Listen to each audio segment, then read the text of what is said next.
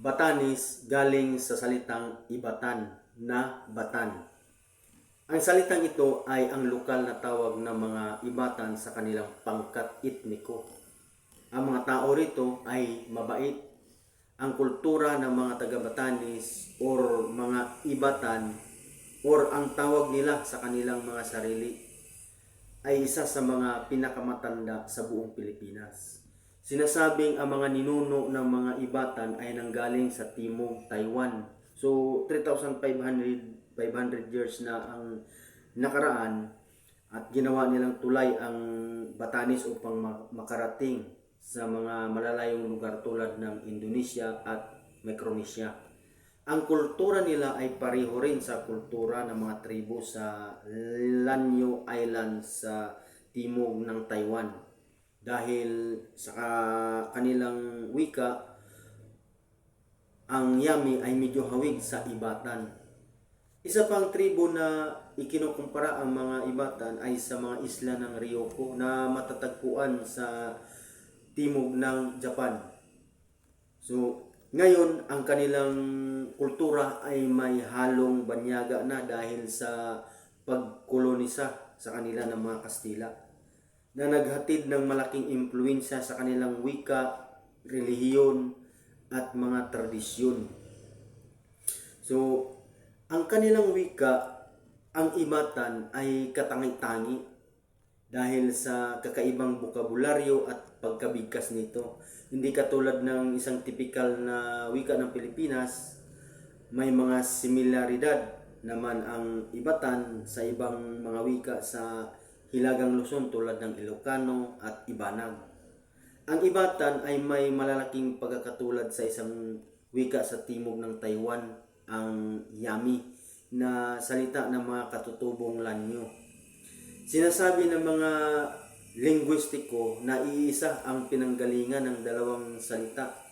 Sinasabi rin daw na may ilang tribo pa sa Taiwan or sa timog Taiwan na ginagamit ang Ibatan bilang wika. So, dahil sa binubuo ang Batanes ng maraming isla, hindi masyadong nagkakaintindihan ang mga tao roon. Sa mismong isla pa lang ng Batan, may dalawang dialekto na ng Ibatan ang matatagpuan. Ang Ibasayin na ginagamit sa Kapitolyo ng Basko. Ang ikalawa ay ang Isamorongin na ginagamit sa mga munisipalidad ng Mahataw, Ibana, Uyugan at Sabtang. So, hindi masyadong magkaiba ang dalawa, ngunit ang nakikitang pagkakaiba nila ay may kinalaman sa pagbigkas. So, may isa pang dialekto ang Ibatan, ang Itbayatin. Ito ay ginagamit sa isla ng Itbayat. At ang taga-Batan or Sabtang na nakapunta sa Itbayat sa unang pagkakataon ay hindi kaagad maunawaan ng dialekto nila roon. So sinasabi nga na ibang lingwahe na ang Itbayatin dahil hindi na halos maintindihan ang kanilang salita. Ang huling dialekto ng Ibatan ay ang Ibatan, ang wika sa Babuyan Islands na parte ng Cagayan na mas katulad or magkatulad pa sila ng Itbayatin kaysa Ibasayin at Isamorongin. So, parehong taga-Batanes pero magkaiba ang lingwahe, hindi halos magkaintindihan dahil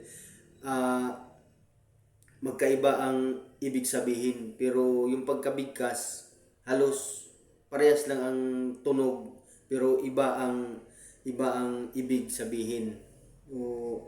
Batanes, no, ang mga ninuno nila diyan ay galing pala ng Japan at Taiwan. So, 3,500 years na ang nakakaraan. Batanes Islands ang isa sa pinakamaliit na lalawigan sa Pilipinas. Batanes